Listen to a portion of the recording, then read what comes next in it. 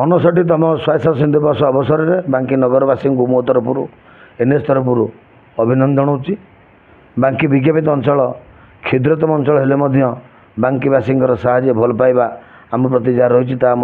बजाय रहा सर्वोपरि माँ चर्चिका प्रभु जगन्नाथ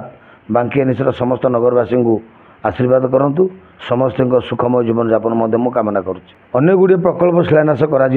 किंतु किछि काम टेंडर हो जाए काम हम एवं आगामी दिन में किभली भाव में बांकी एनएसी पानी समस्या रही ड्रेनर समस्या उपजीव ना से मास्टर प्लान रे ड्रेनर समस्या समाधान करा प्रत्येक वार्डर सर्वे करा सैटेलाइट सर्वे करा एवं बहुत शीघ्र डीपीआर प्रस्तुत होउची शीघ्र काम हम से भाव में दुर्गापुर मौजार एमपीएस गोटे सरी 550 सीटर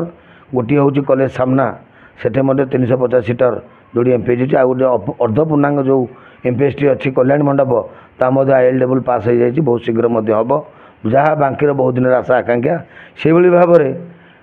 आम जदि देखा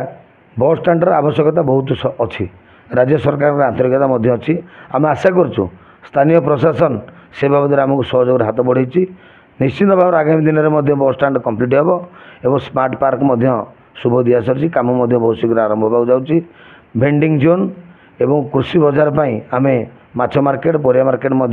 आधुनिकरण सरकार को लिखीचु राज्य सरकार टंका जोगेदेवा प्रतिश्रुति देती मु भावुची जहाँ गुड़िया समस्या अच्छी ता धीरे धीरे यही 4-6 मास भितर समस्या समाधान